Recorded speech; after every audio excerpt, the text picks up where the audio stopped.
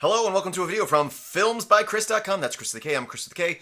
We've been looking at, installing and messing with Quake in my past few videos. Let's install Quake 2. So as usual, go to my website, click on software. When you get down there, click on notes, type in Quake, and you'll see this install Quake 2 on Linux. This will install Quake and some mods. So let's go ahead and just copy this code. Always look over the code, and we'll just paste it in terminal. Okay, what are we going to do? We're going to install Quake 2 from our Debian repositories, make a directory to put the assets in, download the assets. These assets will be, in this example, the main game plus a handful of mods. Altogether, it's about just over 800 megabytes. We're going to copy those assets to the directory we created and start up the game. Again, Quake 2, just like a lot of stuff made by John Carmack, is free and open source. It is released under a GPL2 license, so the software is free. The assets, though, are still under copyright, just like original Doom and Doom 2 and Quake. So you can install the game from the repositories of Linux, but you still need the assets, either the original disk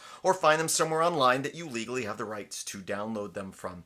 So the game isn't very big. It took a moment to install, but again, we're downloading the assets here, and as you can see, it's 856 megabytes, which in comparison to today's sloppily designed games is minimal. But not only is this the original game, but it's also, I want to say like 5 or 6 mods, maybe even more than that. And you'll see once this loads, it will unzip the zip file, copy them to the directory that we created right here, and then it will start the game. And once you're within the game, you can go into Start Game, and you can select one of those mods right from the graphical interface, which is great. One of the things you might want to do is probably go into the settings and change the key configuration, because the keys were very weird set up by default. Like E was forward, I think, and F was turn right, S was turn left, stuff like that. You probably want it to be WASD. Also, the mouse look was really, really slow, so I turned the intensity all the way up to that. All that's in your configuration settings. So this is taking a moment longer to download than at previous time. It all just depends on network speeds from the server we're pulling from, which could run slow. Let me just pause this for a moment, but you'll see we have about 60 seconds left.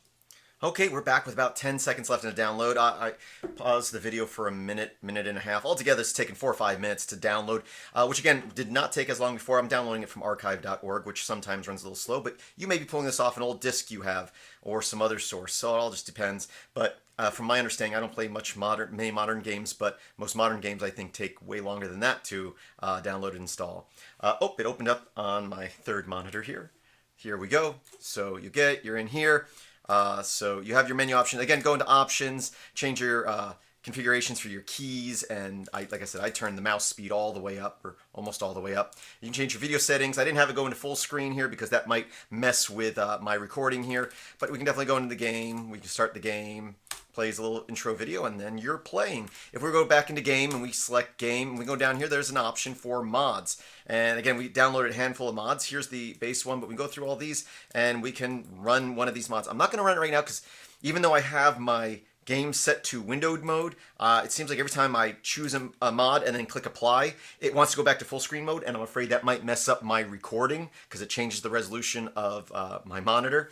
But yeah, that's it. That's all you need to do to get Quake 2 running. And actually, I'm done recording, so what I will do is I will just choose one of these. I'll choose this rogue mod and click apply and see what happens.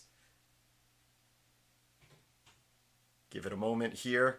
Okay, so on my screen, what I'm looking at is full screen, but I can see my video recorder, my screen recorder has now put it up into the corner there. But yeah, we're good now. We can go in here and, go back. I go medium and starts a video, and we can start playing the mod now. Again, I can see in my preview window that the recording is recording it up in the corner of the screen, but right now I'm looking at it full screen. But that was kind of my concern that, what if I did this? Okay, we're back to windowed mode here. So yeah, it works fine, just it changes the resolution of your screen when you load a mod, and it kind of messed with my recording a little bit. And again, it took about 5 minutes from beginning to end for all this to install on my system. It took a fraction of that time, less than 2 minutes easy, before when I did a test run of this before recording this video. These old games are not full of bloat like most modern games, so super easy to install without any of that nonsense like Steam that people seem to like so much. Filmsbychris.com. I hope you enjoyed this video. Have a great day.